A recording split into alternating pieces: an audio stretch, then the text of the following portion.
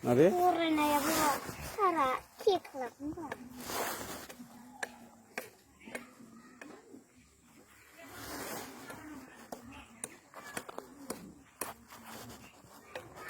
siapa buahnya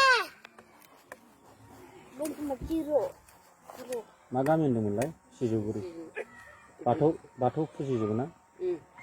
बोलि होयो मा बोलि फारौ दाउसा हाथारो नामा हाथारा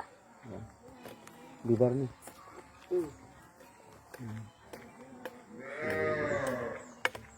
नोंसिना न'आ बबेथिं बैनो इनिफ्राय इयाव थांबाय नों बेसेबां क्लासाव फरायो होनदोंमोनलाय 6 क्लास 6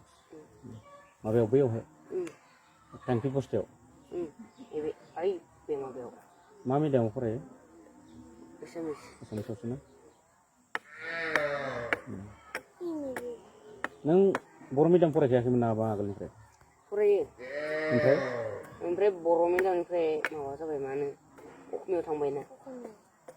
स्कुल बन्द जाना होबाय बेनिफ्रायनो बर' मिडियामनि स्कुलाव बन्द जाना होबाय बे थेंखि बस्थाया उदालगुरि डिस्ट्रिक्टआव गोलैयोना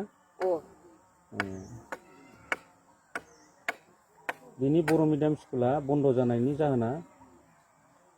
मा प्राइभेटमोन ना स्कुला मास्टारफोर फैयामोन नामा फैनो नागिरामोन आच्छा प्राइभेटखाय बेथन मोनैखाय फैयासै खोमा बेयो स्टुडेन्टफ्रा बुरजा दंमोन ना दंमोन माखासे दङ ओमफ्राय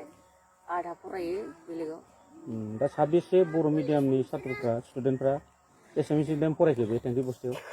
दोङो 20 जनफोरा जागोन गथ' फिसा दोङो ना 20 जनसो फरायो दा नों क्लास 6 आव फरायो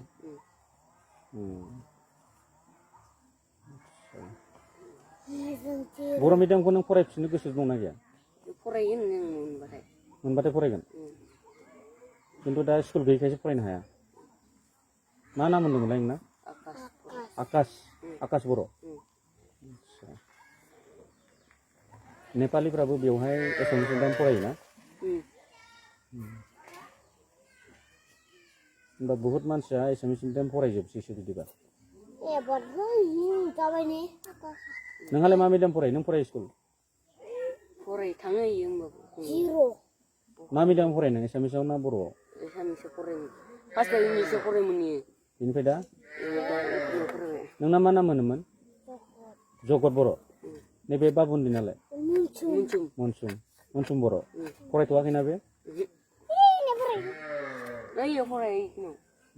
बेहायबो एसामिस मिडियामसो नामा आदा थांबाय आदा मुवालै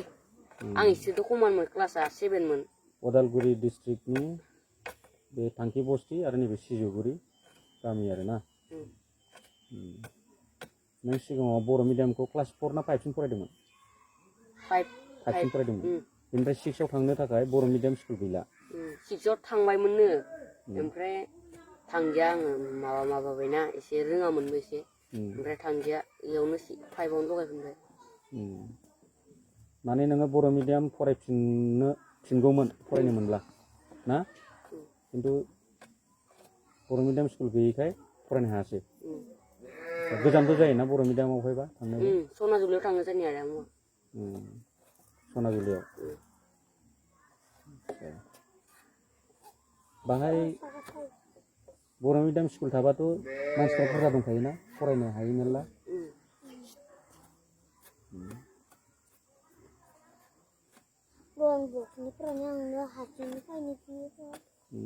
गोजानखाय